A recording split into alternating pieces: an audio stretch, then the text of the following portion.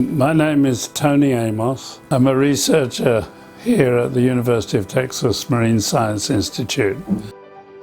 It really started in 1963 when I got a job at Columbia University, the Lamont Geological Observatory in Palisades, New York.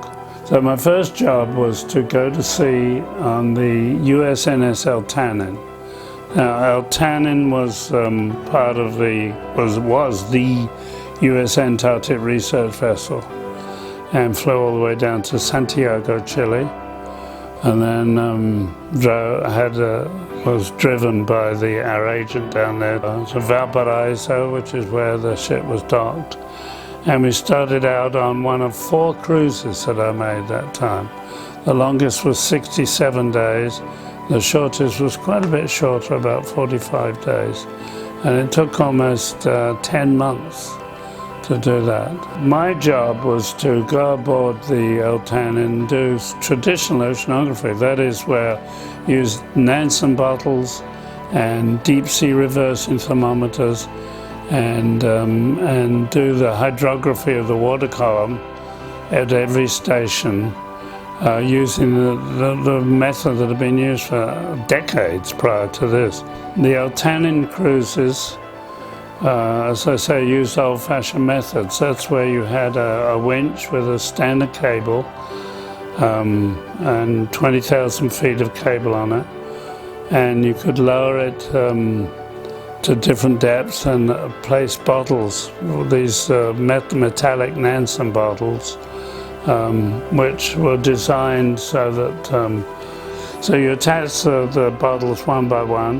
So the first bottle you attach will be the deepest, and they attach with a screw thread on the bottom thing, but the top had a trigger so that if a weight or something hit it, that would let go of the wire, and although it was clamped on the bottom, it would turn upside down and collect a sample of seawater. You had to go out on the Hero platform. You were attached by a safety line.